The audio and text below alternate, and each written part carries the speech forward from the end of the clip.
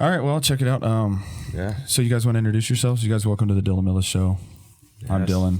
Right on. I'm Tye Ruotolo. And I'm Kade Ruotolo. And we're going to talk about some phenomenal jiu-jitsu. Yes, sir. And some other crazy stuff with these weirdos.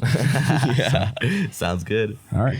What are you going to do when you get cauliflower and you can't do that no more? Dude, I don't think I'll ever get it. I have no cartilage. I think I've gotten in a 13, almost 14 years. So when I smile, wash. Oh, that was fantastic. Yeah, I don't know, man. I didn't get cauliflower until like later. Like I got it, but it's not bad. No. On the right side, I think it's worse. Mm-hmm. Like you can kind of see it more here. Mm-hmm. Still not huge. Yeah, but that's like I've been training a long time, so I've been training about like 13 years. And so like it, I didn't get it till later, till I started being a teacher. Yeah. And I think it's because you teach the same move, you know, if you're on a lesson. Yeah, for sure. And it's not just like you're just rolling every day or coming in doing a little constantly. Like you'll come to class, do some drills, but like when you're out there doing the same move, teaching every class, you're like, oh my God. Yeah. All right. It's repetitive. So do you have any other joints that are flexible like that? No, unfortunately. I wish. No, I think my ankles and stuff are just kind of normal, you know? How old were you guys when you started jiu-jitsu? I know you probably get that a lot, but yeah. We were 3 when we took our first class. So pretty much as soon as we were potty trained. Yeah. Yeah, as soon as we took off the diapers, you're on the gi. Really? And like why? Like you're like my dad was a blue belt at the time. And jiu-jitsu really was like a super small sport back then. Right. Especially where we were in Huntington Beach. There's really like only like one main jiu-jitsu gym. Mm-hmm. And he was a blue belt, and then he like fell in love with jiu-jitsu, you know? What gym was that? Did you guys start training there? That was my very first gym. It was a Kleber gym was the name of it. Kleber Luciano was the instructor. Mm-hmm. And Kleber Jiu-Jitsu was the name in Huntington Beach. And that was my very first gym. And then we started there when we were like 3, and then I think we were there for like a year and a half. A little longer. Yeah, like a few years, and then we moved to a Checkmate affiliate called A-Team. Yeah. Then we went from A-Team to AOJ, and then where we found our forever home at Atos. So like over a period of time, I guess, how long before you changed gyms? A couple of years when we first started, then we left Kleber's. Then we were at A-Team for until how old were we? Until we were 10, right? Yeah, like 10 or 11, right? Yeah. And are all these in Huntington Beach? Around there. Yeah, all in the area. Okay. And then AOJ until we were about 12. And then we came to Atos about 4 years ago. Was it like a jiu-jitsu thing you changed, or was it like family moved? Just kind of different interest. You know, I just as a competitor, I think it's important that you train where you feel like most comfortable. You know. Yeah. Yeah, and Atos is like just the place that I just felt it's home. Yeah, exactly, it's home. Did you catch a lot of shit for jumping gyms? Kriyanshi? No, not at all. I think because we were like young at the time, we were like 10 and 11. I don't think they could have like given us too much. You do that shit when you're older. It's like I've seen some crazy stuff. You see stuff at tournaments and old instructors yelling at new people, and you're like, what? Yeah, for sure. There's definitely something there for sure. Yeah, I moved a lot. So like when I left, I moved, and I don't think it was. I don't know. I probably could have been called the Kriyanshi, I imagine. I mean, no one's ever said it to my face. Yeah. I'm sure that people have. I'm sure someone said something. Yeah, people talk shit. So, no, that's cool. So then you guys, so you've been training since my curiosity, I guess, is I started when I was 19. Mm-hmm. So for you guys starting at 3, like. Been training for 13 years now. Yeah, we've been training 16. We've been training the same amount of time. Yeah. Mm-hmm. That's nuts. So you guys started at the same time, right? Yeah. And then what is, I was just curious, like, what do you think the effects are on your body? Because, like, I can see it from an adult standpoint, from 19 to now I'm 32, right? For sure. I mean, sometimes I go to the chiropractor, he's like, what are you guys doing? Like, you guys are pretty messed up. You know, there's like ankles, and I think hips have been the gnarliest thing for both of us. Like, our hips are really, like, tight in this. Always kind of have problems with our hips. Which is weird, because I find that as being a chiropractor for the gym here, you'd think they would be flexible, but they're not. No, it's ridiculous how tight the hips are, but you can move the hips so effortlessly. Right. But yet they don't It have appears to be flexible, but like when you actually go look, because from being in that position for so long, I think like in garden, like the hips just kind of lock up, and then like you're actually not that flexible. Exactly. Like I'm really not that flexible at all. You know, what I mean? They do what they're supposed to do for what you need them for, and that's it. There's no more, no less. Exactly. It does what you need it to do. Can you put your can you sit like lotus position or put your knees on the ground when you're sitting? No.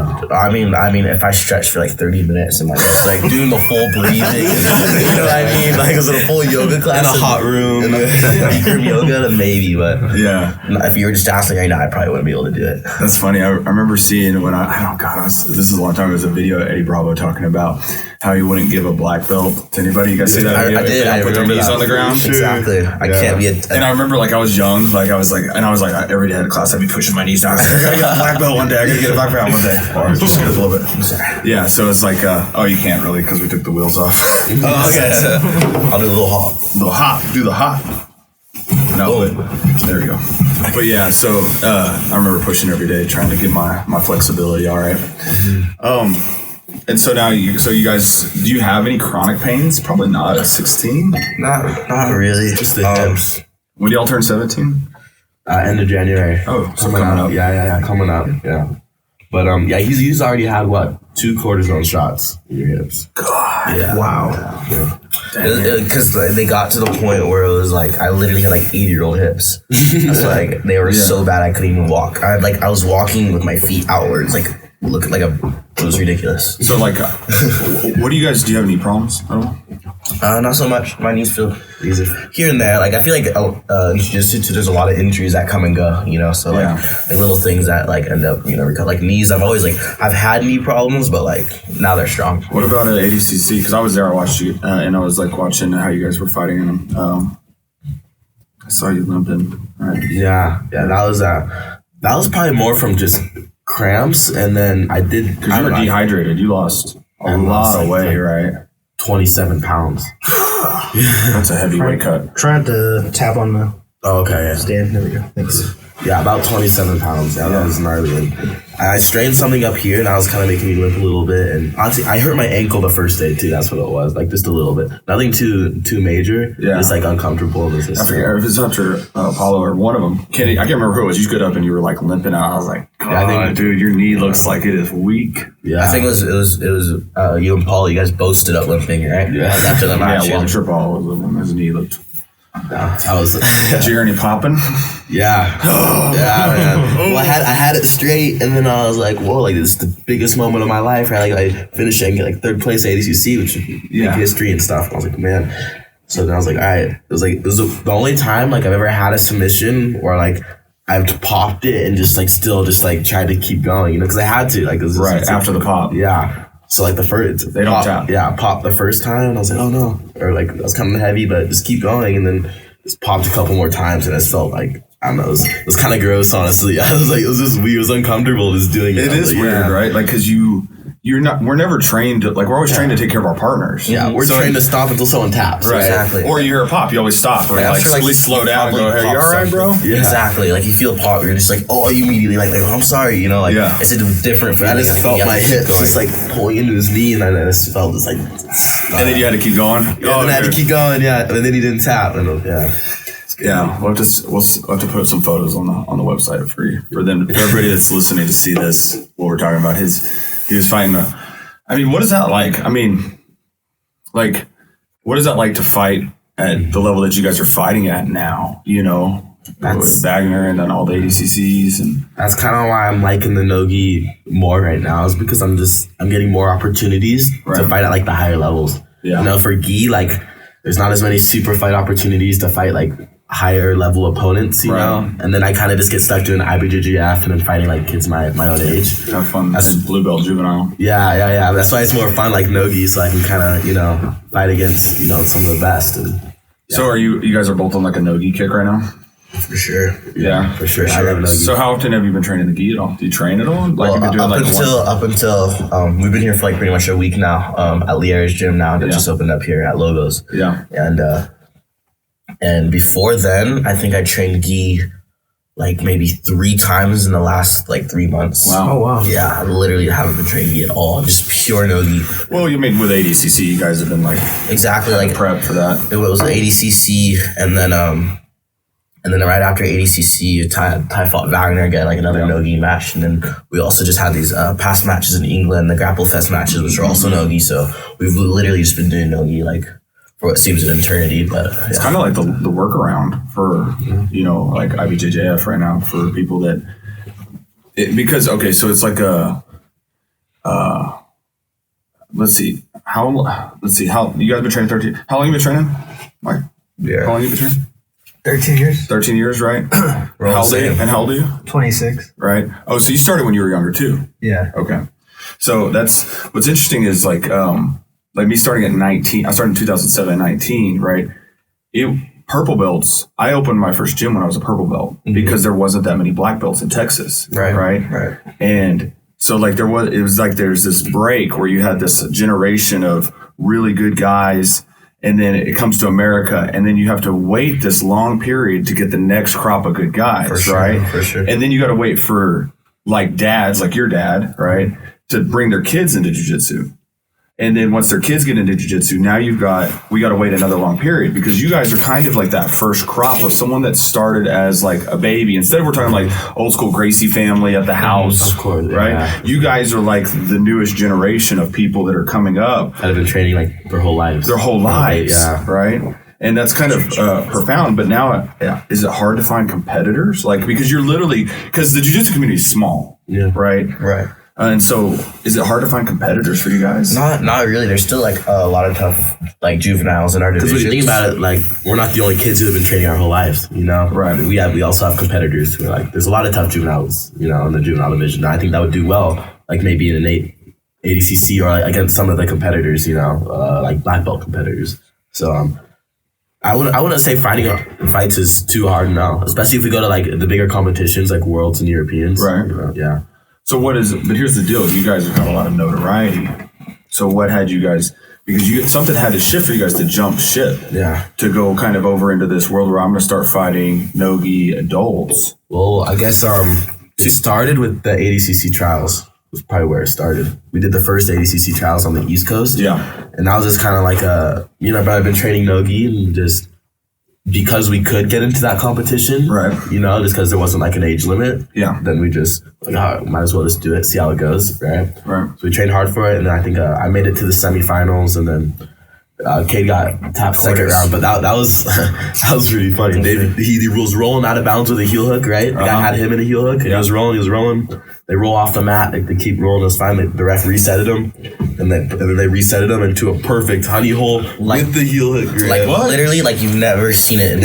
I've never seen anything. They reset me like literally in a perfect heel hook, and the guy's like, "Ready?" And I'm like, "No." What do you mean ready? Like, are you kidding? This isn't fair. Yeah, he was like escaping his knee, like when he was rolling. And then as soon as he said start, the guy just, I was like, you know. But who was coaching you? Do you guys usually coach each other? I think JT was coaching me that tournament. JT and Nassar. And Perez. Yep, JT and Nassar. There was a lot of Atos guys at that call. For sure. Had a lot of support there. For sure. Do you guys rather coach yourselves? Yeah.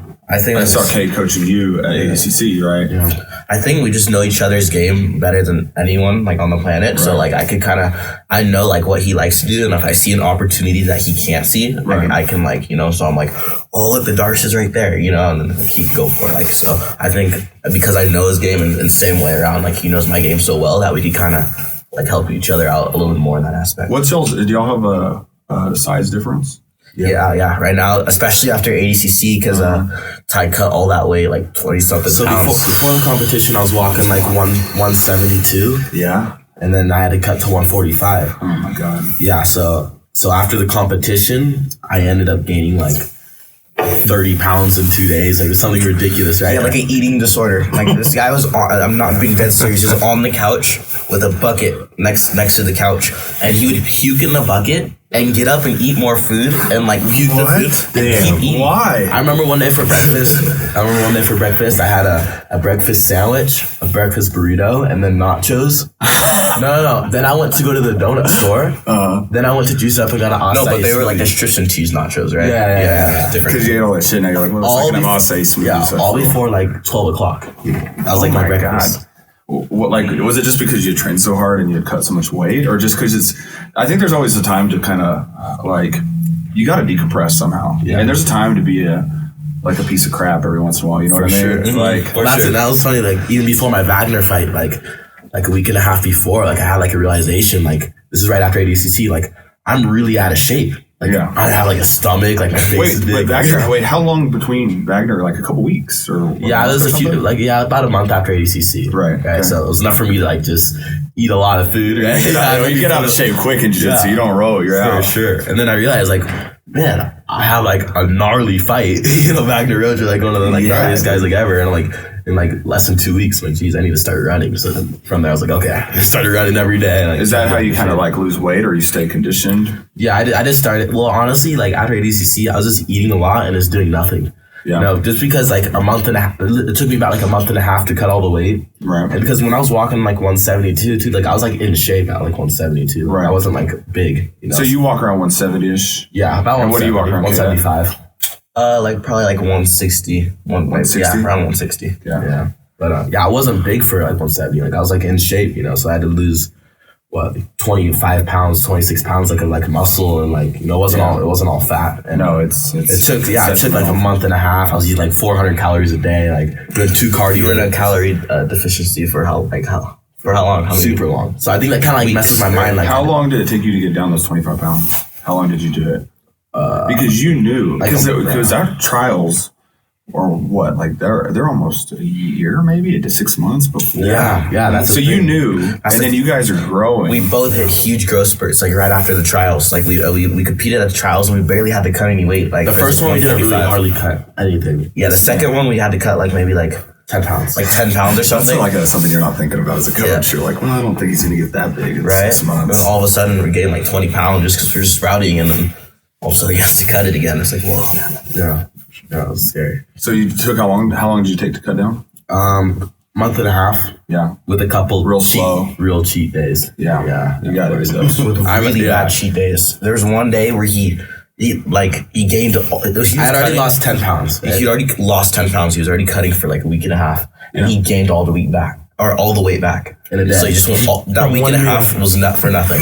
In one day. Damn. What was it? You had like a bunch of pulled chicken, right? And cookies and chicken, pineapple, and pizza. Oh my god. Yeah. You guys can't talk about this right now. I'm doing a month right now of being vegetarian. Really? I've been pescatarian for a month. Really? Yeah. How's it going? I started vegetarian for like 2 weeks, and then I like fish. I enjoy fish. So I incorporated that. Yeah, we both were vegetarian for 2 weeks, and then how'd it go for 2 weeks? When did y'all start? Yeah, month ago. So that's whatever a month ago was. Yeah, around a month ago. Yeah, and then one of my sponsors back home, it's like this Hawaiian street food. It's some of the best food you've ever tasted in my life. At Pono Cafe. Yeah, and he's having a new grand opening at his new restaurant. I've already been vegetarian for 2 weeks. No. But it's like ahi katsu and just the best steak. It was just It was unreal. And then I was like, I have to. And then did you do it? I did. And then not only that, I ate like 3 different kind of meats. I had pork, I had fish. I can relate to this.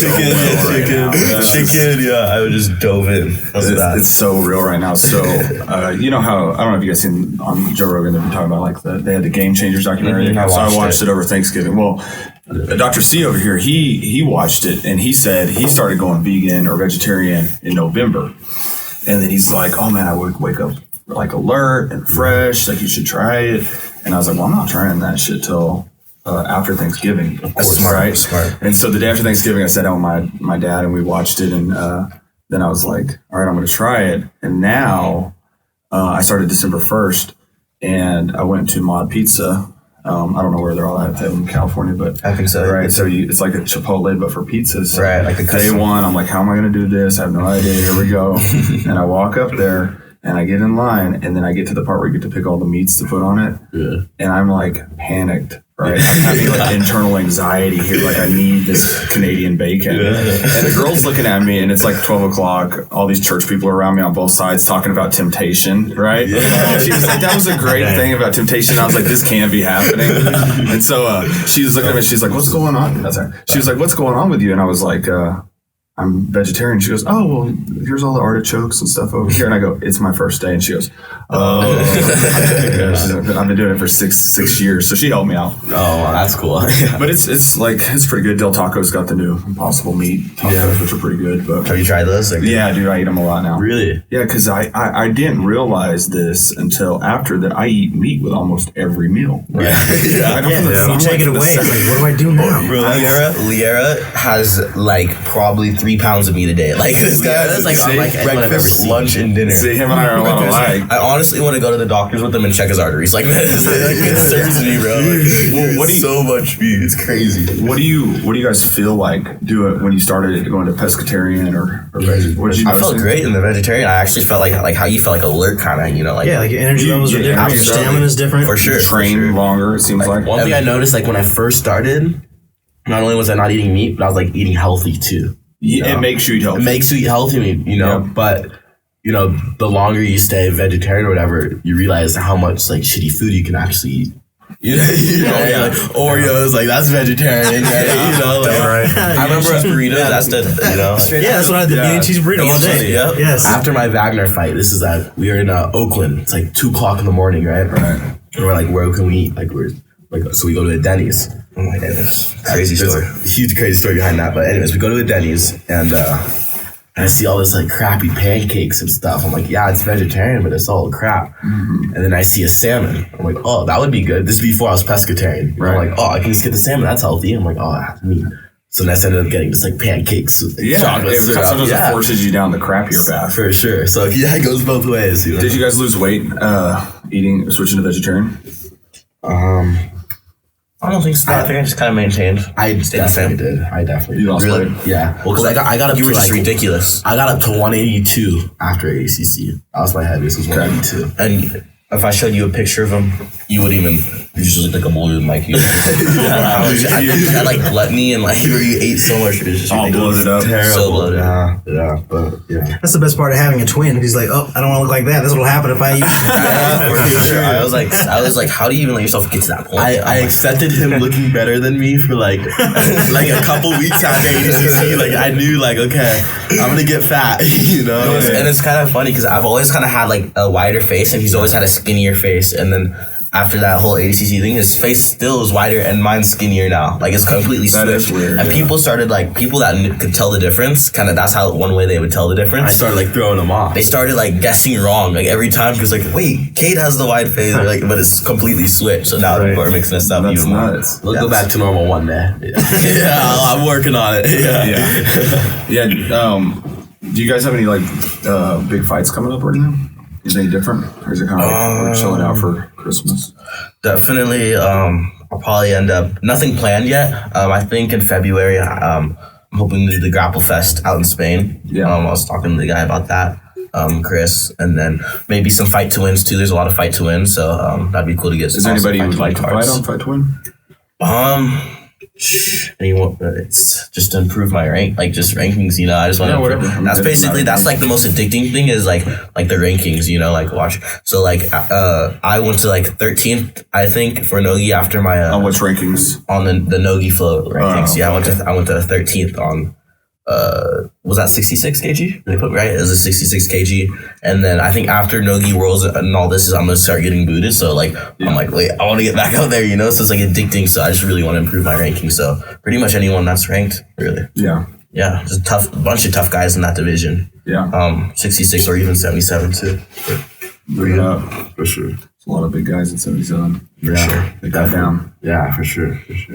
Definitely got to start lifting a little bit more. Yeah, do you guys lift a lot? No, no, definitely not. No, Not too much. I need to start. I mean, I do every once in a while. Just my dad will like have me do some stuff, but Yeah. I definitely want to like start taking it more seriously. I think it'll really help.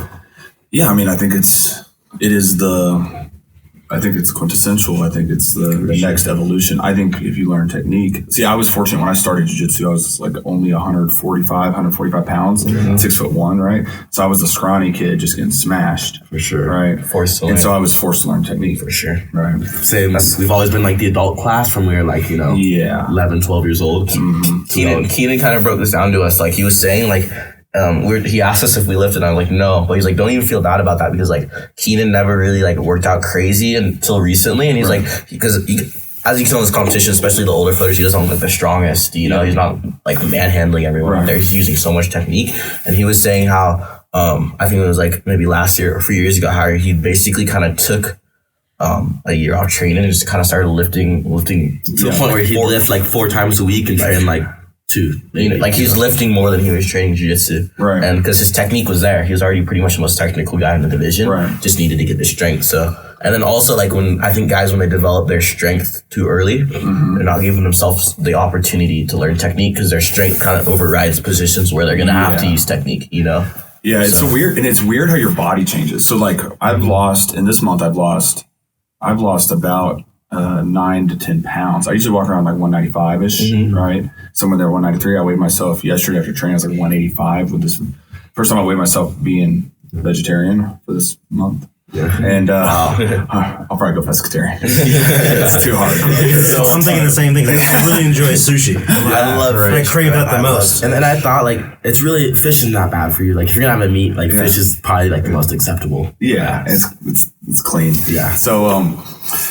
So I remember being a purple belt and fighting. I had left Dallas, and I was my dad got sick, and he lives out in West Texas, kind of southeast of Mexico. And he's like, "You're the only one I can trust to like run the family business. Well, I have to have these surgeries, and so like you got to do what you got to do for family." And so I was like, I Googled jiu-jitsu schools out there, and I'm like, there's nothing in that town. There's nothing in the town over there. So the nearest person I found, thank God, was Bruno Bastos over in Midland, and him and Rico Bastos. So somebody, had got him out there, got him a work visa from Brazil. And so I would drive like 2 hours there. But, Bruno's a big dude. And that's why they call him the Smash Brothers, him and his brother. He's a big old, yeah. And so when I got there, I was probably like 185, but he was like, it was all about, at that time, and I'm sure it still is, but at that time it was like, we got to get our team to the top, right? So it was like, and I was fighting under Nubanyao, and it was like, all right, you guys, he's like, Dylan, I need you to go up to over 200. And I'm like, I'm 180 something. Like, are you nuts? And I'm going to go fight in this. And so there was a couple matches where you'd have me or tournaments where I'd have to lose some and then gain some. But what I noticed, because I was working out a lot at the time, is that your jiu-jitsu does change. I think I fight best at 185, but I walk around at 193-ish, right? And so I think you'll find over time with the strength, because if you get too strong, it's weird, because it's like, it's almost like the speed and timing, you're so adept to just where you're at, right? Sure, yeah. It's off. Yeah. And it's off like a subtle thing where it actually costs you, and you're like, man, I just lost that position. Yeah, for sure. That's definitely a thing. So it'd be interesting to watch you guys start adding strength and conditioning and what's going to happen. Do you think you guys are going to stay the same, like offset weight? Or are you guys going to try to fight in the same weight categories? What are y'all trying to do? Honestly, who knows? I don't know. I couldn't tell you. I have no clue. I'm going to, grow to be. Mostly, I've been bigger than him for like 3 to 4 years now. Yeah, you've always been like 5 pounds bigger, and then, or like 5 or 10 pounds bigger, like depending on, whatever's. And then after this ADCC, you got like 15 pounds heavier than yeah, it's crazy. That's gnarly. Somebody told me you guys were homeschooled. Is that true? Very true. Yeah. So like, on our senior last year, we doubled up classes, so we can graduate a year early. Yeah, and so super hectic towards the end of the year, trying to geek out. It was like ridiculous. I think I stopped training for like a month or doing school. Yep. And then I was super stoked to get past that year. And so this year I'm kind of cruising my last year. So you guys are almost done. I'm super excited to finally graduate and just be able to take jiu-jitsu full time. And what's travel. that like? Not you don't have like that same kind of social interaction with kids your age, and for sure. But I think I feel like I click more with like adults, anyways. You guys are jiu-jitsu fighters. Exactly. Hang out with adults all day. For sure. Yeah. But like I think it's like a common misconception. Is like my brother and I like are not in the gym like every day, like 24/7, like most like competitors, Right. Like my brother. See a lot of these guys training like 3 times a day. I'm like, I feel like if I train that much, I just get kind of like burnt out. It's important to mix it up and stuff. So yeah, like one of our other favorite sports is surfing, and we probably not maybe as we don't surf as much in jiu-jitsu, but like There's kids your age. like always I have like most of my friends my age are like surfers, you know. Oh, okay. Because we live in Huntington Beach and we train in San Diego, which is about an hour and a half from each other. Right. And in Huntington Beach, I have like all my surfer friends, you know. Yeah. And when I'm ready to go train, I just go to San Diego, and then that's where all my jiu-jitsu. How often do you guys go down to San Diego? We usually go Monday through Wednesday. Yeah. For like if there's no competitions or coming like so we'll be there 3 days out of the week, and then go back home Wednesday, and then So you guys just stay down there? for the first 3 days. Yeah. Usually like we stay with friends and teammates, and for the first 3 days, and we'll go back home and then train a little bit at home for the rest of the week. But yeah, Like with each other or just? with each other. We have our whole garage is matted out. Yeah. And my dad's also a black belt now, so I train my dad That's as well. awesome. How do you guys do with your dad? When we were 13, or probably 12, 13 is when we started to like, kind of like. I think 13 was like he would always like Turn the corner? He would Yeah, always overpower exactly. me. He's always stronger. And then like 13, I started turning the corner. You know, then by 14, I was starting to beat him, and and he's accepted it now. You know, he's like it's still like fun rules though. You know, Yeah. still wars. So y'all three will still train together? Yeah, Dang. for sure. God, can you imagine? I don't know. If I have kids and I'm like, I would never want them to beat me. Yeah, for sure. Especially as a black belt. You're like, come on. Well, yeah, 'cause you and want- they're your kid. That's like double. But We if should they have your beat dad on you, the that means podcast. that your offspring is better than you. That's what you want for your children. Yeah, totally. That's true. That's also true. Bleeding a little bit. Got cut yesterday. Whoa. But Jiu-jitsu. we had jiu-jitsu. But yeah, that's crazy. So now that you guys are, about to graduate and stuff, like are you going to do any of the college route or any of that stuff or what? I want to take some business courses, and I haven't really looked into it too much yet, but I definitely want to do something because I don't want to, what if it happened, like blow my knee, like I need something Yeah. to fall back on, of course. Yeah. What about And you? just, when we're running, same. Like when we're running our, eventually we're gonna open up a gym. And I think business classes. Yeah. Or do you want to open a gym up? Costa Rica. Dope. Yeah, we have a house out in Costa Rica, and it's just like my favorite place on the planet. Yeah. Yeah. So That'd be cool. definitely out there. I don't want a huge gym. Like I feel like a gym is such a and especially after seeing Liera like just starting, it's like Yeah. I can tell like how big of a commitment a gym is. Yeah.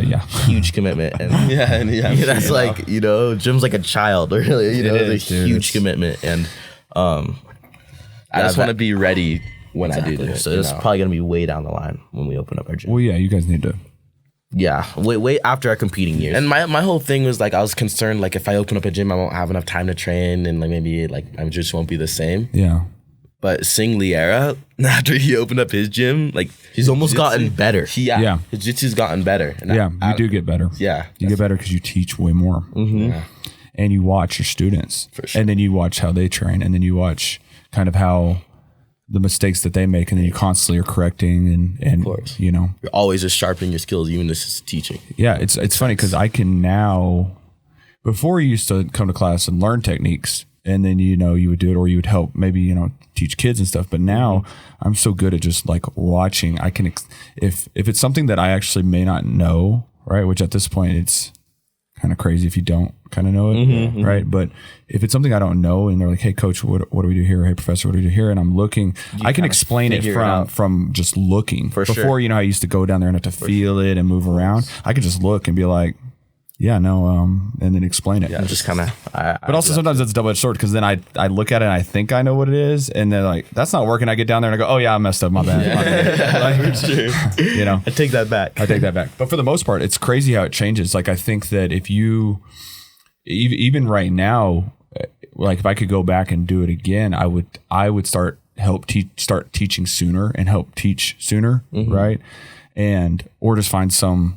What'd be crazy is if you guys took somebody at home, like one of your surfer buddies, and took him as a white belt underneath you, Right. and just started building teaching him. But he didn't give him access to the other, like in you, because it'll change your entire game. How you guys, it makes you guys better. That's what we should do. We should take Keanu and just turn him Just into mold a him into ninja. this ninja. Yeah, Keanu. Watch out, Keanu. You're about to be a world champion. So, no, that's awesome. So now that you guys are about to graduate, 17, may do some college, going to compete. I mean, jiu-jitsu is your life, right? So like, and you want to move to Costa Rica down the road. What's like, what are you guys going to do? You guys going to have kids? Going to get married? my main goal is just to win as much as I can. Yeah. And that's, at the highest levels, that's what I want, is just to no-gi and gi. You know, I just want to be able to win world titles, especially before I open up my gym. I want to be able to win a world title, and I just want to be able to win. Yeah. And then kids, all that's going to be down the line. I'm just going to focus on because that's my career. That's how I'm going to make money. That's how my whole life is going to pan out, is through jiu-jitsu. So I just want to do that the best I can. Yeah. So when are you guys going to switch back to doing more gi, you think? Man, before pans? Yeah, this past week I've been doing a lot of gi, and I don't know, I'm almost getting used to it again. I might just go home and continue with gi. So you got them hooked again. Yeah, maybe a little bit. Yeah. If there was people like, and I'm just making up stuff, but like if there was like people that, you know, you could talk to that are like thinking about doing jiu-jitsu or whatever, like kind of like what advice would you give them, especially someone younger in jiu-jitsu? Because, you know, I have some students that go and they'll fight in the teen division and it may be their first time, right? And they get smashed or something, and then they kind of shy away from just jiu-jitsu overall. Well, yeah, or maybe they just shy away from doing adult classes, right? So, like, what kind of advice did you guys see coming up, like? I think it's, you know, especially being like a smaller, if you're a teen or something, and you know quite have the strength, or even just really goes for anyone in jiu-jitsu who's not quite like, you know, super skilled yet, is like you kind of you're expected to be smashed. You know, you're in a room full of other beasts, or you know, other guys that have way more knowledge of you in the sport. So you can't like take that to the ego and, you know, take that to heart if you get smashed. Like it's kind of like supposed to happen. You know, I've gotten smashed. I'm sure we've all gotten smashed at one point. You know, so it's kind of inevitable. So basically, you just gotta take that and learn from it. Really, just stay consistent. Like, you know, I think that's another huge thing, is kind of staying consistent. It's good to take breaks too. Important. I'd say find an outlet. Like jiu-jitsu is it's a really good sport, and it's really easy to get super like into it and super hooked. Addicted. But it's also easy to get burnt out if you just do it every day, all day. Heard that for sure. So I think it's important for us. Surfing is our outlet, right? Like, for like, if we've been training for like a week straight and we're just like feel like we're burnt and this, you know, and we just need like a change, then let's go surf, hang out with some surfing friends, and then just kind of like regroup, and then, you know, by Monday. You guys ever snowboarded? I've done it once or twice. Oh yeah, once when I was really young. I don't really even remember. Yeah, and then you did it later on. How was that? Like a year. Was this after you started surfing? You guys? Yeah, it was more recently. Did you get it? Did you pick it up? It took like 10 minutes to like find like the rails and stuff, like heel to toe. But like it's like the opposite of surfing, because surfing you could like dig in like on the rails, you know, you could fully put all your weight on the rails. So like when I first got the snowboard, I was like, it's like surfing, right? So I'm like digging on the rails and just eating it, you know. Like, you can't do that. You always have to kind of stay on the edge. Did you shit at all? Did you guys catch some edges? Oh, for sure. 100% for sure. I didn't realize how sore you get. It's a workout. The next day I was just hurting. Yeah. And the thing is, I think we're so competitive too. Like we were like just figuring it out, and then I see like Tye hit the little bunny jump. I'm like, okay, well now I got to do the bunny jump, right? So that's some brother stuff right there. Jump, and then all of a sudden we're like, there's like jumps like this big, you know. We're just trying to like throwing ourselves off and just being complete idiots. Right. But it was just so fun. Yeah. No major injuries, which is a surprise, but it was good. Yeah, we were definitely pushing our limits. Oh, dude, when you fell under the what is the machine called where it picks you up and brings you to the lift? Yeah, the lift. Or the gondola. Oh my goodness. Yeah. Was it me that fell, or was it you? It was you. It was you. They're so twins, they don't even know who fell anymore. It's like, was it me or was it you? How like the gondola comes and then you fell off or getting on it? No, getting on. I fell right under it. The lady got all scared. Like did they stop the lift? The lift. Yeah, they had to stop the lift. I felt so bad. Like it was me, my brother, and my dad. And you know, you guys have to like hurry up to get on it. Yeah, because everybody's waiting. So he goes, and then I'm like, okay, Tye, I'm gonna go second, you're gonna go third, Dad's gonna go first. Right. I'm like, perfect, cool. My dad goes on, Tye goes second, takes my seat, right? So I'm like, oh wait, I have to sit here. So then I like, by the time I like process what was going on, I switch. I was like sliding kind of, and like with my snowboard, like first time ever snowboarding. So I'm like, I have no control over my snowboard, and I just fall right under the thing. Yeah. And then there's all machines wet moving, and I was like carrying me. I'm like, ah! And then they stopped it, and the lady's like, oh my god, be careful. And I was like, everybody behind you staring at you like, come on. Yeah, I would there's a line behind me. I'm just like, oh. Yes. Being in line and messing up a lift line when it's a busy day, it's like, it's the worst feeling ever. Yeah. I mean, when I moved here to Colorado, because I was living down in Texas, you know, what you guys said is like, you can get burnt out on jiu-jitsu. For sure. And even as like a school owner, you're like, I'm gonna get tired of being there. There's times where I'm like, man, I don't want to come to the gym. And there's nights like I'll sleep at the gym. I slept at the gym one night here. We were here so late, I just passed out on the couch. For sure. And I said, well, I'm in Colorado, I better learn how to snowboard. Right. So I went up there, and it was like my first month here, and everybody's like telling me like, don't go snowboarding. Dude, you're gonna get messed up. You're gonna hit a tree. You won't be able to teach jiu-jitsu no more. It's your livelihood, right? And I was like, nah. And so I went up there, and I got an instructor, and I told the instructor, I was like, I'm weird because I'm gonna treat this like I'm learning jiu-jitsu. And I told the instructor's like, I don't know what that means. But, and I go, so I'm going to ask you a lot of questions, and I'm going to ask you, you're going to teach me, and I'm going to listen to your coaching exactly, but I'm going to ask you a lot of questions, and like, I'm going to pick it apart like intricately. Yeah, for sure. And so like, the coach was like, all right, here we go. And so we started doing, just like the falling leaf, right? And I'm like, where are you leaning your weight in your right foot? Where are you leaning your weight in your left foot? Are you turning your hips? Like, why are you squatting there? Why does your hand spin like that? And I was like making it like super, like it was like I was picking apart a detail hardcore, by detail. Yeah, hardcore technique, right? And I'm like getting it just right. And so by the end of the day, I'm like heel to toe, just killing it. And he's like, I've never seen anything like this before, bro. So like, sick. what is gone? What do you do? And I was like, no, I just train jiu-jitsu, man. I never surfed or nothing, right? Yeah. Right. I was never athletic either growing up. You just paid really close attention to detail and just picked it up. Yeah. And I just like kind of related to it. So then I closed my eyes, like I was like feeling a move, right? And I would just feel the rails. the rails, right? Yeah.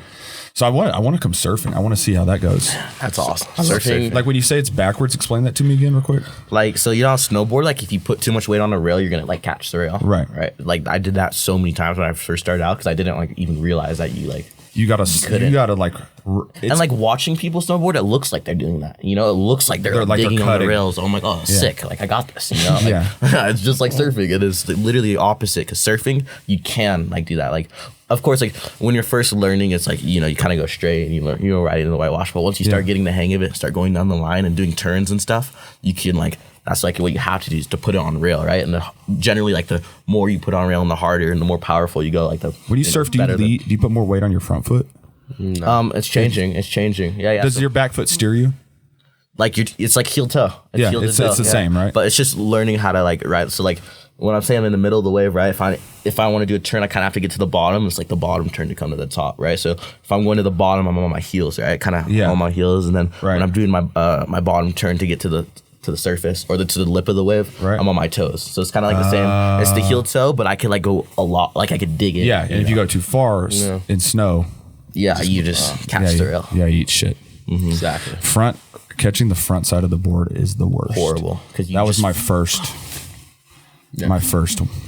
Over the handlebars. I fell first forward and I flipped over and I laid there because I went straight for. there wasn't even time to like do a forward roll, right? So fast. Like it was so quick, and then I laid flat and I laid there and I contemplated like, is this for me? I think I might have snapped my neck in half. Is this for me? Right. Yeah. I don't know, Jerry. You got anything you want to ask him? Curious to know because he's one of my white belts. Oh, really? Yeah. I'm on the 10-year plan. He's on the I train twice a month, but I'm here all the time. He watches more class than he trains. So it's funny because, and being a chiropractor, he understands the body. So he can explain techniques and he'll understand stuff. And I'll be like, that was a great question. Just get out on the mat. Yeah. Just get out on the mat. Well, my biggest struggle is like we're talking the strength. Right. Because I'm from Iowa, so Iowa's wrestling to the core. So Right, 100%. That's what you do in the wintertime. There's nothing else to do but wrestle. And so then you get on the mat, because I have a large upper body, I tend to power through things, but then my hands got messed up. Yeah. And I got scared, but being a chiropractor, I use my hands 100% For your of the job. time. That's what, the same thing as And so Dr. G. Yeah. And then Dylan's like, no, let me show you something. And then he showed me how to like just use the wrist, and then that changed C-grips and everything. stuff like And so that. then I'm slowly working on the mental game of, I don't have to power through this. Just relax. And as I start to do that, because I'll go out there and get crushed. I'm like, why is he crushing me? Is he strength? No, it's technique that he's doing. And so I gotta disconnect that and get rid of that panic. That's what jiu-jitsu is all about. It's just being able to beat the stronger opponent. Have you guys ever been in a real fight? Not really. Before we got homeschooled, Kade was in a little bit of a Kind It of. was just like one of the school after you bullies. start- well, you've been Before training. I was homeschooled. Yeah. I'd been training my whole life already, Right. and then kid just kind of pushed me, and I just shot a double leg. Was he not I aware took that a you nice trained? way. How old were you? I don't think must so, have no. been. He must have been. Like, I think I was, how old was I? You're probably like 10. 10. This is a long time 10, ago. 11. Yeah, it was a long time ago. But it was like this. I remember it was a school bully, and he took our friend's face. We weren't here this day. He took our friend's face and like shoved it in like the ground, and, like the asphalt, like cut him up all bad. You know, it was like this. He was a big kid too, so he like kind of bullied everyone. I remember this. Like, he was a huge kid. Like back then, he was like 100. He was like over 120 pounds for sure. Like, and for back then, I was tiny. You know. Hold on, is it weird? I just thought about this. Do you think it's weird that you guys can tell people's weights, like jiu-jitsu people could tell people's weights? Like ask a 16-year-old, like, how much do you think that guy weighs? He'd be like, I don't know. And you're like, he weighs probably 185 to 190. You have a good guess. That's so true. That's so true. Well, I think when you're in a fighting art mentality, you size people up all the time. For sure. Like, I wonder if I could take that guy. I wonder, like, you see their center of balance when they walk. Like, you're just sizing them up just in case. Yeah. Knowing it's never going to happen, but just in case you be ready. Yeah. Yeah. So, let's go. Sorry, go ahead. What's yours? Saying about this bully, you saw him as 120. So he was like way bigger, like he's way bigger than everyone. He's like a huge kid. And then basically he rubbed my friend's face in the asphalt like the day before, and I think I confronted him. I was like, yo, like, well, did you really do that? He rubbed his face in the asphalt. He tried to like back talk me or whatever, and then we just parted ways. And I was playing basketball during recess, and then he came over. I was with my friends, and he came over, like stole a ball. And then I went to go grab the ball back, and he just fully like shoulder checked me, like fell down and scraped my knee because he's a huge kid. You've already been training jiu-jitsu 7 years at this point. I'd already been training jiu-jitsu 7 years. Good luck. Good luck, bully. I got back up, and then I started chasing him. Yeah. And then Got to the grass. Yeah. So that's exactly what happened. We got to the grass, and then That was his first mistake. Yeah, exactly. Yeah. Well, he was running towards the grass, and I was just chasing him. We were on concrete, you know, and so he was running toward because I was chasing him, and he wasn't like he was running just. Was he fast running to enough get away from you? Think? Yeah, but the thing was too, like there's the supervisors, you know, there's like the school supervisors too, so they were kind of following us as well because they saw like us in the altercation. Yeah. And so we made it onto the grass, and he turned into me, and I just shot a double, and I just kind of like set him down like straight to. Like side control, like kid knew nothing, you know. So just straight to side control and just straight to knee on belly, and I just kind of slapped him around a little bit, and then he was baffled, you know. He was crying. He was crying. Yeah, he was crying. He was baffled, nice. And then we both got in trouble. I think I was suspended for like 3 days. What'd your dad say? Was it a typical? They were mad because he literally just like knocked me over, you know. You missed the part where he like pushed you like more than once. I said he pushed me. I know he pushed you like 3 times. Were you there? He pushed me a few times. Like I didn't like. Did you see it, Ty? Yeah, I was there. I was just watching. I was just watching. Isn't that crazy? Which is weird that he would pick a fight knowing there's 2 of you. Yeah, or like sure. Well, the kid was huge. He situation. probably thought he could have just killed us both, Right. you know. But he just had no clue that the we mind's trained. always overinflated. Yeah, for sure. No, that's crazy. There was That's it. my buddy that got me into jiu-jitsu. They took him like 3 months to get me to come. Yeah. Right. And I was like, I don't want to do. He's like, you come to jiu-jitsu. He was one of my army buddies. I was in the National Guard. I'm still in the National Guard. And he was like, come to jiu-jitsu, And I was always talking shit. I had a mouth on. I still have a mouth on me, but I had a mouth on me. But I would get into fights, but I didn't know how to fight. Yeah. And I was skinny, you know. Yeah. So I told him. I said, dude. And this he was a brown belt in jiu-jitsu, right? Yeah. He's a half gray C black belt now, but he was a brown belt at the time.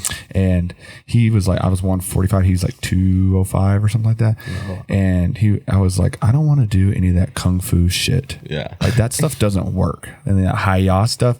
And he was like, I'm going to rip your head off. Right? Right. So he finally got me to come. And so then I started training. And I remember one time we went to a hibachi restaurant. It was like a Sunday. Right.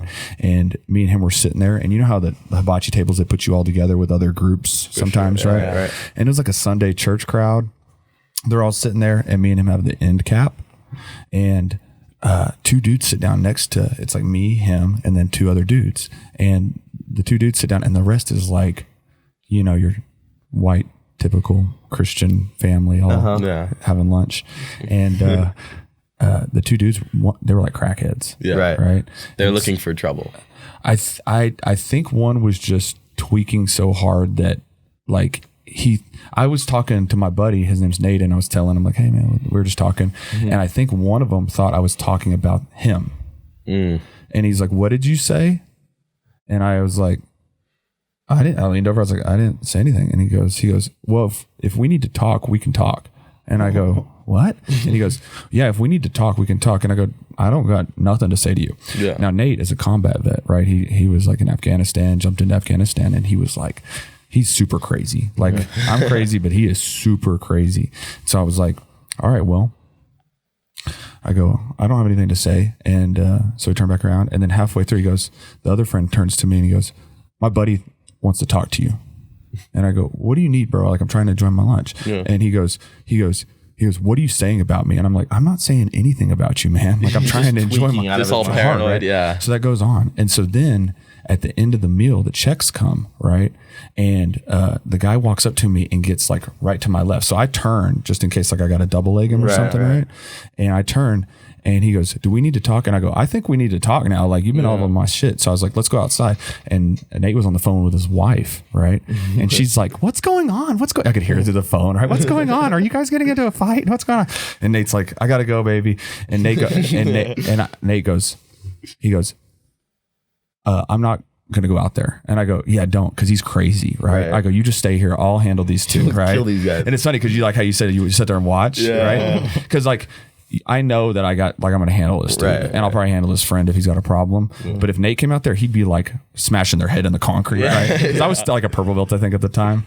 And so we went out there, and I went outside and literally got right up in his face and put my hands up just like this in case something went off, right? And as soon as he bumped into me, dude, I just did like an Osotogari, threw him on the ground, went down belly, right, held his throat. And the friend was like, please don't hurt him, please don't hurt him. I love him. And I go, you guys need to like chill out. So no, I think it's crazy. Funny. Like, cause there's like, I didn't even think about needing his help, Nate's help. I was like, stay here. Yeah. You know? Yeah, I'll be fine. Yeah, I'll be fine. Just have that confidence, like you're like for sure gonna take these guys, you know. Which is weird. Which is fun. It's a cool thing to have, like having the confidence. But the other thing is too, like you got to be careful with that confidence because like there's so many people nowadays. Like you don't even know if they have a man. You know what's funny is that my friends are more confident in me than like I am. I would say in like situations like this. Like there's times where like there's a bunch of people and then like some people started fighting. There's this one time there was like there was 6 really, really big kids, right? Okay. I'm talking not kids. These kids are like 6'2" to like 6'6". I think it was a football kids. team. It was the football team. I think it was the football team, like really big kid, like in high school, but like seniors and like huge, you know. Yeah.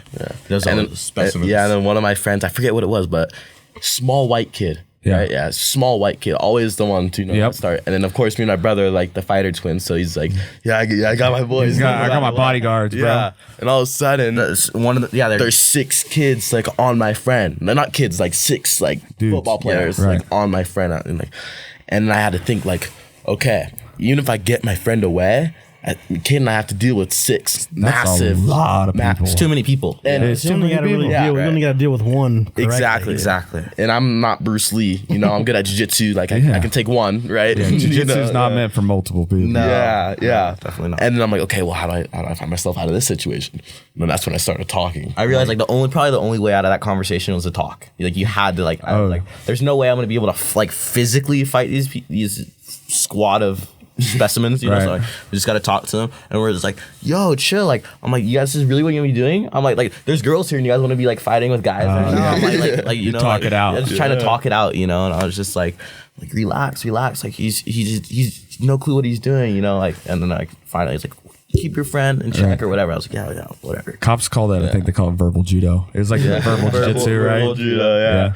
But that's what I had to do. I was like, dude, like, and I told my friend after, like, look, if you're gonna pick a fight, then don't do it with 6 giant guys. Yeah, that's not the one, dude. No, that's not the one. Right. You know, do it with like a couple. You know, like, it can be outnumbered by like a few. You know, but not 6. Do you guys train any of the self-defense jiu-jitsu anymore? We box and do a little bit of Thai boxing as well. I did a lot of Muay Thai growing up too. Yeah. This time I like. I think you need to. Yeah, and it's a good hobby. We did it for like 3 years. Yeah, we did it for 3 years. We were super into it, and then one day we were doing like MMA, but with big old boxing. Like we were sparring. Yeah, we were sparring. You know, we'd take down everything with big box, like 16-ounce boxing gloves. You know, just for fun. Right. And then he went in for a double leg one day, and I just timed the uppercut. So perfect. The most perfect thing you've ever seen. On who? On him. Oh, yeah? Bloody my nose so bad. I was just gushing blood. Yeah. And you stopped then, right? Yeah, you're over it.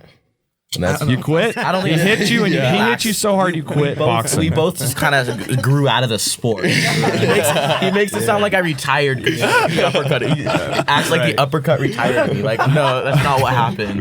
We both just. That's what it felt like. I could have. It was the most perfect. Like I even loaded up on it too. It wasn't even just like a cheeky little uppercut. Like I loaded up on it, and boom. then I can't believe I as he was coming in. Yeah, I remember that. No, but yeah, that's not why I stopped. Like, sure. He makes it sound like the uppercut retired me. Like, no, that's not what happened. We both just kind of, No, but we got back into it a little while ago. And, pretty recently. Yeah, I still like try to box and stuff like at least once a week. Yeah, it's good workout. I love it for sure. I hit pads. I hit them. I got bags out there, so it's nice. It's still fun too. I want to eventually do like some MMA fights too, just for fun, just to try it a couple times. Like some amateur ones. Yeah. That'd be Nothing fun. crazy. Yeah, that'd be fun. And so I was gonna say like you train. I think everybody needs to train a stand-up martial art along with the ground. Yeah. Do you guys train like judo? I know it's like really incorporated, right? Like I teach a lot of judo, but I'm not ranked in judo. Yeah. Right. No, I don't like specifically go to a judo class. Yeah. But I just you said, it's incorporated in our judo. And like I honestly I prefer being on the feet. Like I love I don't know why. Like I don't really like. I used to practice a lot of wrestling, but I don't really like specifically train wrestling or judo. But I feel like really like most confident there. I just feel super In confident. judo? Just on the feet in general. Just on the feet in general. Is that the same thing for you, Ty? Yeah, I like to be on the feet as well. I just think Is y'all's game similar or is it pretty different? our stand-ups are really similar. Okay. Our takedowns and everything on the feet. Our guards are semi-similar. Yeah. passing is starting to be similar because I'm teaching you. Usually I'd argue, but that's true. Yeah. After that uppercut, he establishes his dominance. Dang, I'm seeing a pattern. No. But he still teaches me stuff from guard. I think his guard's better than mine. Yeah. And my passing's better than his. Right. But your passing is definitely good. But the thing is, I've been working on my passing, so my passing's getting better, and your guard's still just like pretty good. So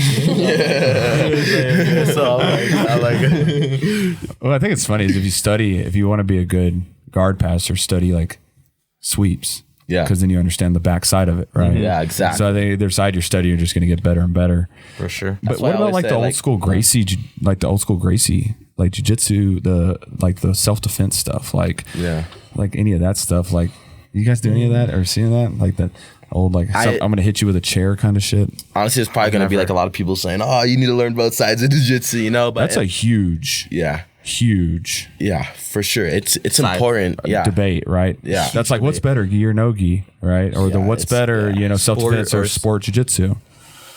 Yeah. But and here's the thing, like I think any high level sport jiu-jitsu guy 100% can defend himself in the street. Yeah. You take really anybody Well, any of the dude, black belt with saying that though, you got to realize there's so many people that like just kind of pull guard and like there's not there's not guys with like really ridiculous stand. There's a lot of guys at the top levels that don't have like ridiculous takedowns and stuff, And so like at the same time, it's one of the debates that I hear from, I had two guys that I got started in jiu-jitsu out in Florida, and I was like, and the only schools next to his house was like a Valencia school and then a Gracie Baja. And I said, go try both and just see which one you like. Now, the Valencia school is like all self-defense based, right? Mm-hmm. And for the type of people that those two are, it's probably better that they went there, right? Mm-hmm. And but one of the things he was telling me was that they think, well, you are going to muscle memorize moves that are not, really the best for street, where you leave like your head exposed. Right. But yeah, I mean, I guess it kind of just depends on the person, really. But like, I feel like if I were to get into like a street fight, I would definitely not like pull guard or anything. Like berimbolo. Of course, I'm obviously gonna like maybe like fake one two or whatever, and just try to get on like a double leg or something and take down. I think just knowing like standard wrestling. Yeah, I think if you limit yourself to one or the other, I think it's kind of you're kind of like niching yourself out of stuff. 100%. Like, cause like there's times you can, okay, I'm in half guard, I can either pass or I can go to an E-bar from here. Mm-hmm. And so there was a purple belt here, and he just turned 18, got a purple belt at one of the other gyms here, and I used to watch him compete a lot at the local tournaments, and I follow him on Instagram, and he went to college like in some podunk, I don't know where, and he goes, his videos came on and said, come back onto this live video in about 8 hours. I'm going to be fighting a lacrosse player who challenged me to a fight at a park.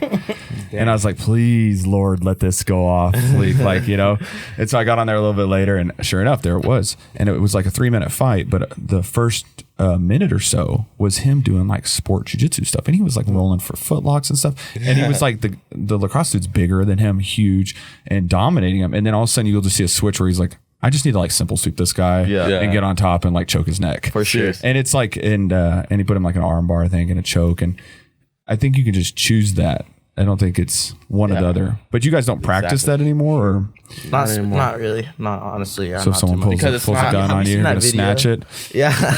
Have you seen that video though? Like of the I think it was on a basketball court. It was like during a basketball game, and these two guys got in like a confrontation. They got in a fight, and the guy literally like one of the guy was, you gotta explain, like way bigger too. Yeah. One guy was way bigger than the other, and the smaller guy trained jiu-jitsu, and they kind of like locked in, and the guy literally pulled like a reverse Dilly heave or something. You have to look up the video. It's sick. Okay. And just goes to like an inside heel hook, puts him in a perfect position. He sits the guy on his butt, has the heel hook, and he goes, "I'll break your knee right now." He goes, "You'll never play basketball again." Oh, he's talking. And the big guy just any heel hook. Like, what just happened? Like, oh my god! Like, please don't. He doesn't even like understand like how much he doesn't even fathom danger. Like, exactly.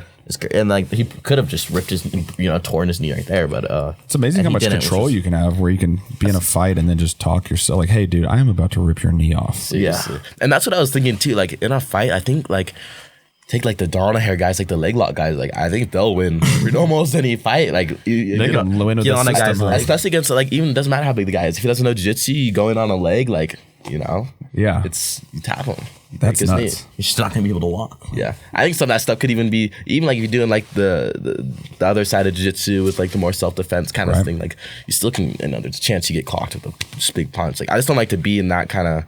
I don't want to be in a position where he can punch me. True, so if I'm gonna fight, then I'm gonna either double leg him, just fall back on a leg, put him like a honey hole or something, like where he's stuck, and then have the ability just to rip his knee. Yeah, I'm like when I teach fundamentals, I'm pretty clear because I have a lot of police officers that train here, and I'm like, all right, if you get someone mounted on top of you in a self defense situation, you're gonna need to do UPA because then like nobody knows it's a trained skill to close your guard, right? Like all white belts leave their guards open when they first do UPA, right? So then you get up and get away. But it's sport, do the knee elbow escape at a fundamental level, right? Do the knee elbow escape, so then you got the guy in your guard. For sure. So, but you mean both work in a fight. Right. But would you want to be on your back in a fight? I don't know. Depends on if he's got friends. Definitely try to umpa him first, or just make him post so you can't punch, then they get out of there. Yeah. That's nuts. Have you ever been in a fight, Dr. C? Oh, no. Tons. Huh? Tons of fights. So we used a road trip to start fights. You go on road trips to start fights? All right, so I lived in Houston, Texas, where it's Bear Creek, outside of Houston, and I've always had a mouth, running my mouth all day. And my parents kept me away from like confrontation and stuff. I was raised an only child, so I grew up by myself. And then me and my buddy were on the bus one day coming home from school, and there was it's funny, there was a black kid that we had never seen before. It was on the seat behind us. Okay. And we're riding. We're in 11th grade, so I'm sorry, 11th grade, sixth grade, 11 years old. And I got the whole bus just cracking up at this guy.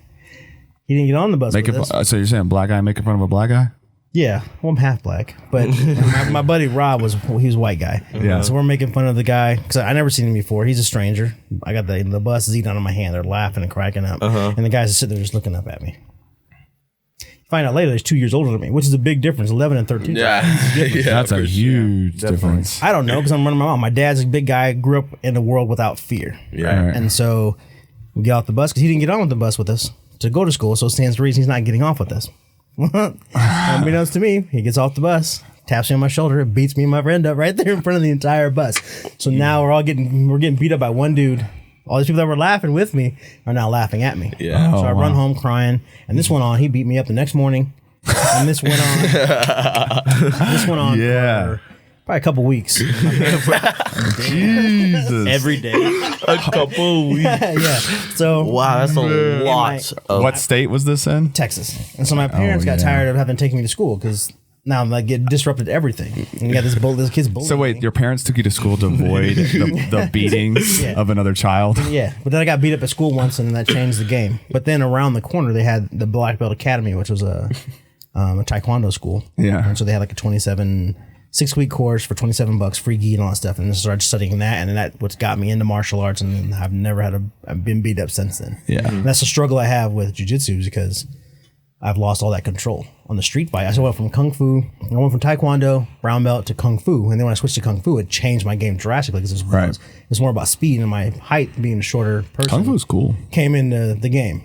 Yeah. Having a wrestling background from growing up in Iowa, I could avoid takedowns, but more the average Jiu Jitsu guy would have ate me up. But there was no Jiu Jitsu schools in the area. Late 80s and early and mid 90s. No, there's none. It did not exist. I remember when the UFC first came out in 93. That was like, here oh in my Colorado. God. Like, I've never seen anything like that in my life. Yeah. And so growing up, me and my friends were all martial artists or boxers, and we would just, hey, let's go on a road trip and see if this stuff really works. Right. And that became addictive. So you just roll up in someone's town. In Iowa, there's tons of small towns. You roll up in their town, sit in their town square, and just wait. Iowa's a very racist place, so eventually someone's going to come and try to start something with us, and we're just waiting for someone to start a fight with us. And then they roll up, they're going to bully us in their town. Did you get bullied because you're half black in Iowa? No, because I have a lot of cousins in my hometown. So I know, but when you were like, or did you get people like talk shit to you a lot? Was there a lot of racism? No, because when I came back to Iowa, I was studying martial arts, and so that was the, you start a couple of fights with the right people leave you alone. Mm-hmm. So you become that. Do you guys ever experience racism? Like in Cali's pretty chill. Cali's pretty chill. Yeah, I've never really experienced. I'm actually. People always think I'm like black or whatever. I mean, obviously I look dark, but I'm like Puerto Rican Italian. I really don't. I'm not even. So they think you're African American at all. You know? So they. But no, I've never really experienced it. No. What about you? Thankfully, Nothing. Nothing. No, nothing major. No. Nothing I can think of. What time are we at? Hour, 5 minutes. Okay, cool. Yeah, we're like getting close to that time. So I'm probably gonna have Seth Daniels on here next week. Oh, cool. Kill it. Yeah. What do you want to say about his shitty jiu-jitsu? Yeah.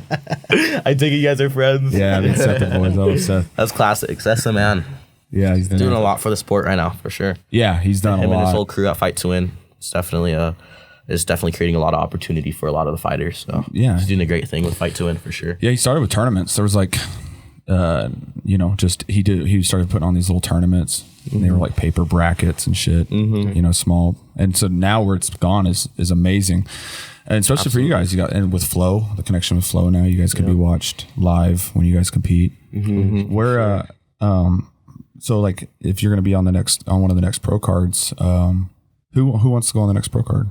Do you guys usually go, like, do you guys try to do big events like opposite where you guys can help each other and coach, or do you all do the same things? Not like trials, but like, like, for sure. Like we usually try to do the same like tournaments, but it's hard, especially in the super fight scene, because it's hard to find like super fights. It's hard to find, like, because there's so many things that go into like with travel, and so this guy might have to accept the fight, and there's just so many different ways it could go wrong and just not happen.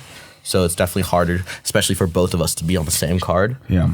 The last super fights we had was the first time that we were both on the same card. Yeah, it was in England, and it was cool. I was coaching the mat side, right, and then I walked on the mat right after him. Here's the next fight. Yeah. So if is there anybody like juveniles that you guys would like to go against? Like you got people that I'm not one to like call out people in particular. Yeah.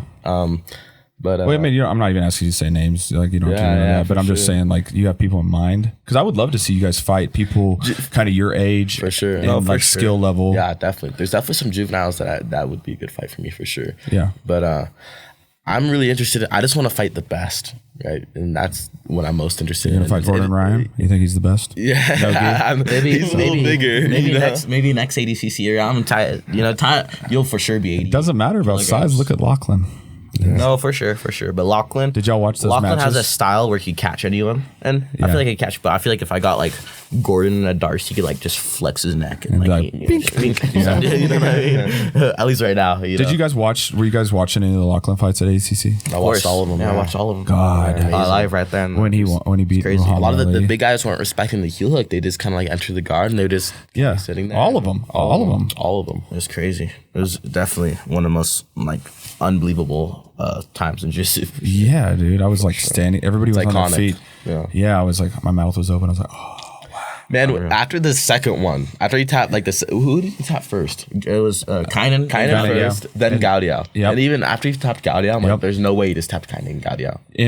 Right in a row. And then he fought Muhammad Ali and then tapped him. And we were like, I think the main thing is that people are just unfamiliar with the setup, and everyone kind of backsteps from there. Yep. Right, which is the wrong way to go. And if he puts you in that position and it feels like you should backstep, right? So everyone like backsteps, and then what they realize like you backstep straight into the heel hook. He just like recaptures the knee and it's there, boom.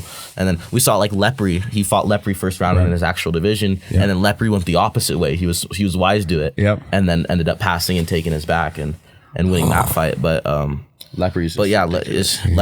He's amazing. For sure. He's amazing. But yeah, Lachlan's unreal too. Especially. Have you ever trained with him? Which one? Lachlan. I haven't trained with either of them. Either not Lepre or Lachlan. Never. Yeah. I'd be sick to train with them though. What about Levi Leary? Never trained with them, but another guy I love to train with. For sure. I was really happy for him. I like to train with him Nogi. Does he do a lot of Nogi? I don't even think he does that much Nogi. I don't think so. That's why I say that. Yeah. That's awesome. No, but for sure his bolo is unreal. Yeah, it's nuts. He's taking it to another level. For sure. Yeah, for sure. So you guys, have you ever had anything like? Do you ever do anything weird things at like tournaments or anything? Like any like superstitions or like habits? Anything like that? I just eat and drink the same stuff usually before tournaments. I like, for some reason, those little like brownie bites you just get at the store, like covered in like powdered sugar. Yeah. No matter what, like no matter how much weight I've cut, I always have to have a couple of those after I weigh in. It's weird.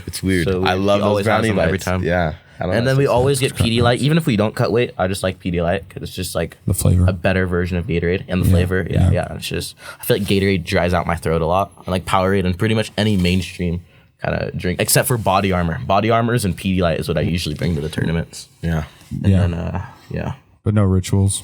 Do you guys warm up a lot? Do you guys roll when you warm up, or you just stretch? Like, what is your? I've been doing that more. Like recently, like I don't like rolling before I compete. Yeah, I don't really roll before I compete either. I do stretch though, because for me, like my body's weird. Like where if I don't stretch, say go on a couple days, I don't stretch. Right. My hips, everything just gets like stupid tight. Yeah. But like 15 minutes of stretching, I can just like I'm already way. So like looser. literally like with 15 minutes of stretching, your guard will get like 30% better. Like there's times, it's seriously true though, because there's times where like we won't stretch before class, or it's mostly Tye. Like he won't stretch before class, and because my hips are so tight, I'll leg drag him or like get to like almost like a north south, and he can't even like bring the leg over to like because like the hips get so tight. That's nuts for you training so long. But when he actually stretches, I feel the leg come in front, so then I have to like so I can literally tell when he stretches or not, like by his guard, like literally gets better. Mm-hmm. Yeah. But do you have the same flexibility problem or no? Not as much. He's a little bit better. I kind of stay limber. How big is your dad? Is he pretty flexible or no? Well, my biological dad was like 6'2", so he was bigger. Right. Yeah. Same dad. I'm gonna throw myself in front of a bus. Sorry, I couldn't resist. Yeah. People ask that too. Oh, you guys brothers? I'm like, yeah, I'm a cousin. Damn. Dang, that's awesome. I wish I had a brother. I'm an only child. I would have loved to have somebody to train with. You're only child as well. Yeah, for sure. There's good times and bad times, of course. Yeah, it's definitely. Y'all ever get tired of each other? Sometimes, of course. Just like anyone that's in your life all the time, you like at some point you might, but it doesn't last long. Have you ever? Let me ask this: have you ever been like dating a girl and then like one of y'all subs out? Like the other person. That's never happened. It's never happened. Well, do you guys have girlfriends? Not currently. No. You guys hear that on the internet? Not anybody wants. You can reach them at their swipe up. Ruotolo brothers. Slide in the DMs. So, but have you ever had like one of y'all had a girlfriend and then like one of you guys or somebody you're talking to like subbed in? There's been times where he's been talking to a girl and then I've taken over. Really? Sure, yeah. But by choice, like I'm like over it, Oh, you passed it off. Yeah. I see. It's probably the best part of being twins. Like I like her, but yeah. Hey, but you like her more. She's bitching at me right now. Can you talk to her for a little bit on the phone? We usually do like a dibs kind of thing though. What do you mean? Like a dibs. Like if he's like first, like yeah, we just like. Dibs on that. That one's mine. Yeah, and we always respect the dibs. Homie is so quick to call dibs too. Probably because you've been like uppercutting him and beating him up. You got the weight difference. He's like, at least I get the girl, dude. No, his face is still all like wide, and I don't think I got the upper hand. Who's older? I'm older by 6 minutes. Okay. So yeah, it's kind of trippy. Like every set of twins that I've ever met, the younger one was always bigger. Yeah, the younger one's bigger. It's the weirdest thing. Because the big one kicked the one like, get out of here. Yeah, I guess. I have some more nutrients. The door's open. You gotta go. It's real, but that's crazy how it's like you can see it over a period of time now. Yeah, for sure. Definitely trippy. That's nuts. Yeah. Well, I don't know what else we got to talk about, but I think we're good for the time, right? For sure. We're trying to keep these around an hour and a half, somewhere in there. Right on. And if you guys want to get your neck popped by Dr. Chada, I'm sure it's called something official, chiropractic care. I let him crack my neck. Do you? Yeah. And my hips. All the time. I don't know if he does it right, but yeah, it feels good. What he puts my like. Well, because we've been going to the since like we were 10, we've been going to the chiropractors because we always kind of had just problems from jiu-jitsu. Yeah. And that's we go often. I just like watch what he does, and I'm like, I'm sure there's a lot of training that's involved, but it's just this. He's cracking. Dude, so I noticed the same thing because Right? I study with him, like, and I want to learn the body. Exactly. I think it's cool to learn For sure. But chiropractors help. People have this weird superstitions and stuff about chiropractors. I'll tell you right now. I fought on the pro card one time. Fought a guy, a black belt. What was his name? Chris Mearsback. Sorry, Chris. And we got done fighting, and it was like this back and forth match, and like he had me in that like paper cutter kind of choke, and then I rolled him over, and I had him in the paper cutter choke, and it was one of those ones where he had me in it, but Mike Columbus was standing right there, and so I was like, he was putting on tight, but I was like, I should get a photo while I'm here, so I go and stick my I've tongue seen out. that picture. Yeah, you see that photo? It's an awesome photo. And, It's awesome. and I was like, why not? Mike's there. Mike's always like, hey. So I took the photo, and then I like reversed the position, and like 2 days or like 3 days later, dude, my left eye was like droopy, right? What? Yeah, it was like droopy, and my face started to kind of droop on the left side. like a stroke. Like, so I was I was like, what's going on? And I was like, and I was like having trouble keeping my eye open. And I'm like, maybe I'm just tired. I don't know, I'm just tired on the left side. Tired on the left side there. But it got worse after like 2 weeks. But I didn't realize that I'd been teaching one of my pro belts like how to like pass the guard with where you like put an X choke in as you're passing, and then you use the pressure on the neck to distract them from the legs. So you're like submitting as you about the choke. and it's like you clear, and you have to put a lot of pressure. And I was having him do it to me over and over again, so you get the feeling just right. And that night I remember coming home, and my friend Sophie was over at the house, and she goes, "Your face is fucked up." And I was like, "What?" And she goes, "Look." And my whole, it's like, I look like out of a movie. So I went to the emergency room, and they put me in the hospital. Dude, they ran all these tests, and this is what they found out. They found out that along your carotid arteries, and you can probably talk more on this than I can, is the nerves of like when you grow, it's like a pathway for the nerves. So your nerves are wrapped around it, kind of like a vine up a tree, right? And they thought it was either bleeding in my brain. They're like, we only see this when there's like a gunshot wound to the neck, stabbing to the neck, or like a car accident where their neck's trauma. Or a tumor. And- you can get a Panco's tumor right above your lungs. They'll do the same thing. Or a tumor, right? He's the doctor, I don't know. But so I was like, oh shit, like, and then he's like, you might be bleeding in your brain. Do you want to go home, or do you want us to check that out? And I was like, use that army insurance and check that out, right? And so, they couldn't do nothing for me. They had me on one of the best neurologic suites here in Colorado, and they couldn't do nothing for me. And so when I got out, I was like, well, I guess I'll try some alternative medicine. And I drove around all these chiropractors, and they started working on me, and that's what brought me back. I guess it was like, what happens, like the nerves get pinched or something? Yeah. It's but not from the artery, right? Because our arteries be getting hit. No, all you the got time. all the soft tissue around it and the muscles and all that stuff, and get the nerve. Pinching a nerve is almost impossible because there's so much around it. But you can compress the nerve, and over time, just like when someone falls asleep on your arm, your finger and your hand goes to sleep. Right. It's like that. And so what happened? You kept putting pressure on that area, and the nerve just this flow started to slow down, and things started to change. Wow, that's nuts. Crazy. You know, my dad would have said from there, just drink more water. Drink some water. Is that what he says? That's every time, no matter what. Yeah. Like, Dad, I popped my ankle so bad in class today. It's Drink like a more water. Drink more water. That's every awesome, time, dude. no matter what. It's like, so annoying. So how long are you guys still in Colorado for? We leave tomorrow. We leave tomorrow. Okay. Been here for a week. Yep. You guys been having fun up here? Yeah, It's been killer. It's been spending. Have y'all been here before, or? No, this is our first time. Yeah, we just Yeah. came. Liera had us out here because we've been training with Liera back home, of course. And Yeah, he's gonna come on, I think, next week if he still wants to come on after this. sick. Sure. Yeah, and so have you noticed the elevation change? Oh my Goodness. Yes. That's been crazy. I would have loved to train with you guys the first day you got here. yeah, that would have been the day, man. I had a train to do that day. Even the second and the third day, that was just like I still feel it when I train. The first day I got here, though, I was tripping out. I thought I was getting sick because I was like breathing super heavy from like just the drilling. I've never in my life gotten tired from drilling, you know? And I'm just like, I thought I was like, oh, I'm for sure getting sick. I'm like, dang, what a shitty time to get sick. Just landed, you know, here for a week. I'm like, and then I just realized like elevation. Chest, and my heart was beating and I couldn't, I felt like that. I was just like, what? Yeah. But then when you go down, this is when you challenge your dad. Right. Because you're going to have twice the energy. You got the red blood cells that are flowing, so your oxygen is going to be pumping really well. So challenge your dad the day you get back. That's what I said when I first got here. I'm like, I wish I got running shoes because I should have just been running like every single day. You know? Do you guys do a camp before, like usually at Atos or something? Yeah. Atos camp before everything. I'll just make sure I train at Atos a lot, and then before I do competitions, I start to run a lot as well. You could totally do a camp up here. You know, that's why they have like the Olympic Training Center, right in Colorado Springs, is because of the elevation. The elevation. That's what I heard while I was here. Yeah, I didn't know that. And then if you go right back to wherever you're going, let's say it's like in Miami or somewhere, you do a super fight or wherever, right? Like you're gonna feel amazing. You're gonna feel great. You feel great. Anytime I go down to Texas, there's probably some like Big Bear's probably got some good facilities up there because a lot of boxers train up there. Yeah, I'm sure there's probably too far. I'm sure there is. Yeah, for sure.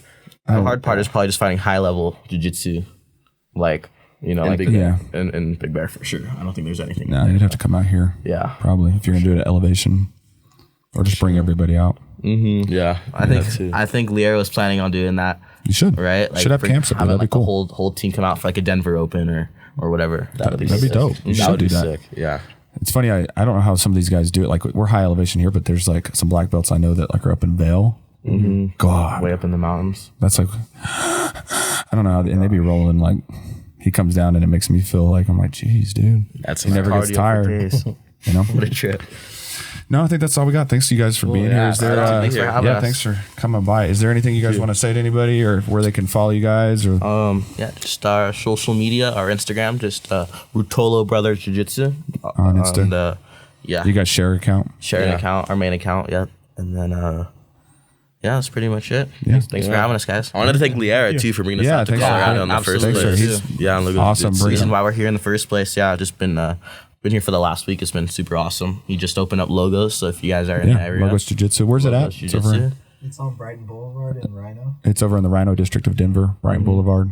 Oh, by the way, that's the Western Conference place. Yeah, it's kind of over there by the National Western Complex, right? It's more west of that. Okay. Well, National Western, that's Hood, so he's not in Hood. Yeah. So if you guys ever want to follow him on the social medias. Awesome. And then we'll see you guys on the next episode. Cool. Definitely. Awesome. Thanks, Sounds guys. good. Thanks so much. Thank you.